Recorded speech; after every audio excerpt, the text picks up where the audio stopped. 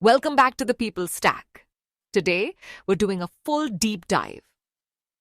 Not the quick version. This is the full breakdown of the new labor codes. If you're an SME founder or HR manager, you're going to want to save this episode. And trust me, you'll want to listen to this one end to end. We see how many companies are unprepared. Sometimes not because they don't care, but because the rules have been complicated for so long.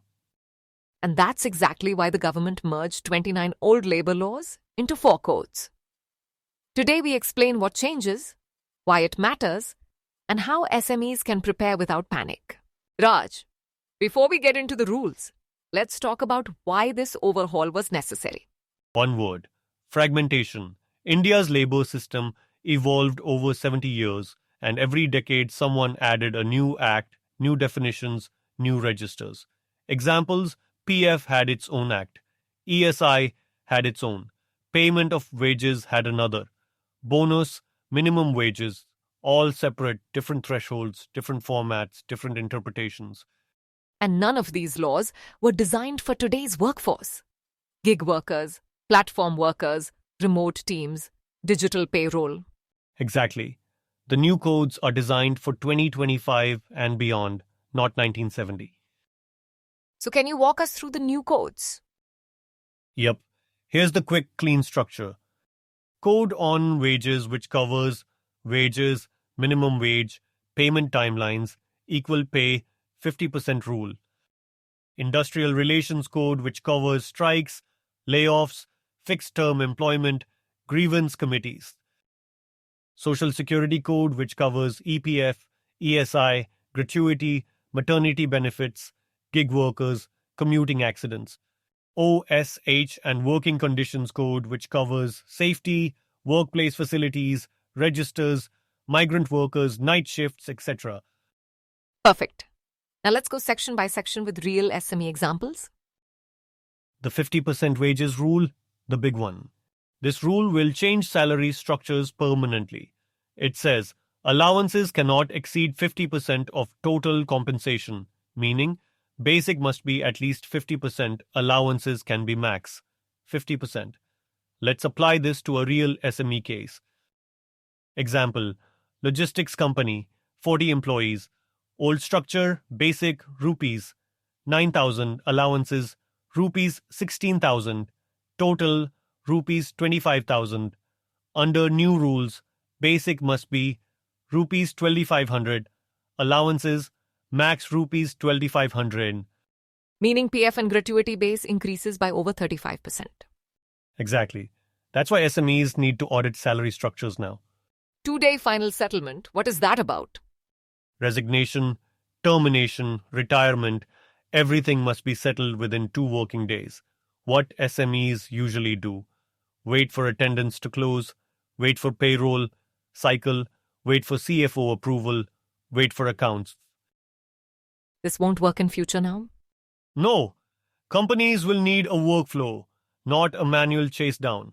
This is where digital platforms like Offrd will help companies. What about the National Floor Wage Clause? This one is big, right? For the first time, India gets a centrally enforced floor wage. This stops states from setting extremely low minimum wages. For SMEs in Tier 3 and 4 cities, this will impact cost structures. I understand now there are stronger penalties. Yes, employees now have 3 years to file wage or deduction claims. Penalties increased significantly. So sloppy payroll just became expensive payroll. This is a massive step. Fixed-term employees get PF, ESI, gratuity, pro rata even if less than 5 years. This gives SMEs flexibility without stripping worker benefits. What about the strikes, mass leave, and 14-day notice clause? Yes, mass casual leave counts as a strike if 50% workers do it. Also, all industries now require a 14-day strike or lockout notice. So no surprise shutdowns. How does the grievance redressal committees change under the new policy? Even small offices now need a committee with representation, including women. Threshold goes from 50 employees to 20 employees. Layoff, Retrenchment? Threshold increased, I understand. Yes, this changed. Old rule. Permission needed if 100 plus employees. Under new rule, 300 plus employees. This gives mid-sized companies breathing room. How does universal EPF coverage change? Every establishment with 20 plus employees is covered. No exceptions for industry or location. It says ESI is now pan-India, every district, no notified areas. This alone changes eligibility for thousands of SMEs. The next one is a big change for everyone. Now gig and platform workers are covered, is what I understand. First time in Indian law. Delivery partners, drivers, freelancers, app-based workers all get social security coverage. Fund contributions come from aggregators, states, and central government. One more important thing, it expands accident coverage from home to workplace. That's huge, no more technical loopholes. All right, Raj, let's get into the OSH code. Safety, workplace conditions, all of that. This part is usually ignored by SMEs, but affects them directly. Yes, and honestly, this is where most SMEs are least prepared. Let's start with the night shift rules for women. Under the new code, women can work night shifts beyond 7 p.m. and before 6 a.m. as long as the employer provides proper safeguards. Safeguards meaning transport, security, consent, things like that? Exactly. And this impacts sectors like retail, logistics, hospitality, and IT support because many of them already have women working late, but without formal safeguards. And now the rules make it explicit. No ambiguity. Let's talk about the crèche requirements. This one surprised me. Yes, any establishment with 50 or more employees must provide crèche facilities. And the key change here? It's gender neutral. Earlier, crèche rules were tied to number of women employees. Now it applies to all employees because parenting is not gender specific. This is a huge shift in mindset and compliance. What about migrant workers? There were major updates there too. Yes, the OSH code gives migrant workers a lot more security. Employers must now provide to and fro travel allowances, portability of PDS benefits, clear recognition of self-migrated workers, debt-related protections when employment ends. This is a major win for India's mobile workforce. And many SMEs, especially in manufacturing and construction, need to understand this carefully. Absolutely. Even small companies that employ 5 or 6 migrant workers will need to comply. All right, Raj, let's get practical. If an SME founder is listening right now and thinking, okay, what on earth do I do next? Where should they start? I'd break it down into 10 clear action steps, and none of them need panic. Just planning. Let's go through them one by one. Sure. 1. Salary structure audit. Most SMEs will fail the 50% wages rule right now. This needs to be checked immediately. This is the biggest financial impact area, right? Yes, and the earlier they evaluate it, the smoother the transition. 2. Redesign exit workflows because of the 2-day final settlement requirement. 3. Re-evaluate PF and ESI applicability. Especially because ESI is now everywhere. Correct. Many companies who never thought they were in scope are suddenly in scope. 4. Update documents, offer letters, HR policy, leave rules, OT rules. All must match the new definitions. 5. Move to digital registers. This one is scary for companies still using Excel for everything. Yes, but the good news is the new codes require fewer registers, just digital. 6. Recalculate overtime correctly. The codes make the OT rate explicit. Many SMEs currently miscalculate it. 7. Revisit bonus eligibility. Because wage ceilings are now flexible, right? Exactly. And governments can change them dynamically. 8. Review women-friendly and inclusive workplace policies with night shift rules, crèche rules, and gender-neutral requirements. SMEs must update policies. 9. Build grievance committees.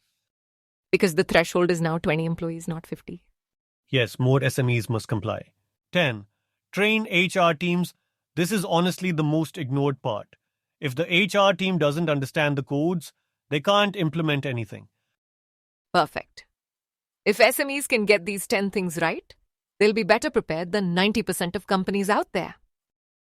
Raj, we should also talk about what OFFRD already supports, because a lot of users ask us this directly. Yes, and the good news is, Offrd already handles many of the fundamentals. Let's walk through them. Sure, offer letters with updated structures, a payroll structure builder that helps align with the 50% rule, employee registers, payroll registers for monthly compliance, exit documentation for smoother F&F, basic compliance tracking so people don't miss deadlines. And in terms of the new additional labor codes?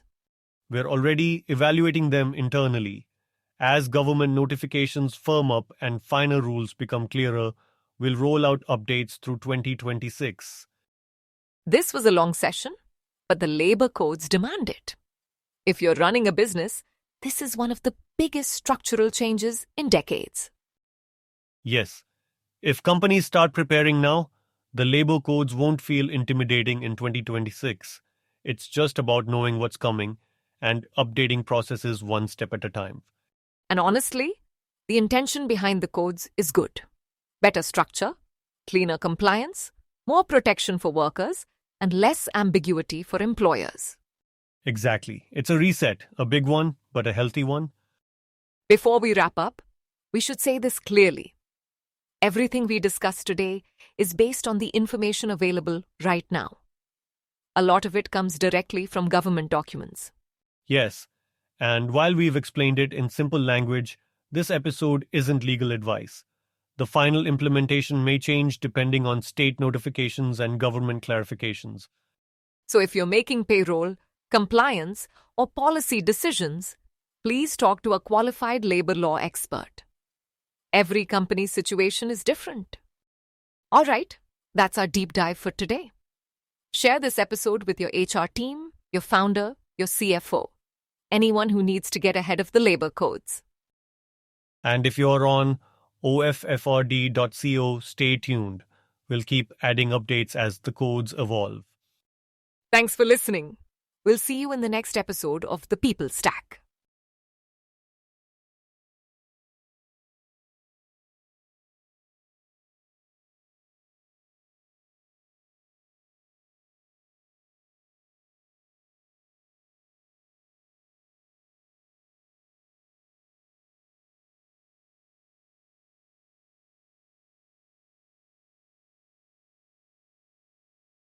This I on page 7, resignation, termination, retirement, everything must be settled within 2 working days.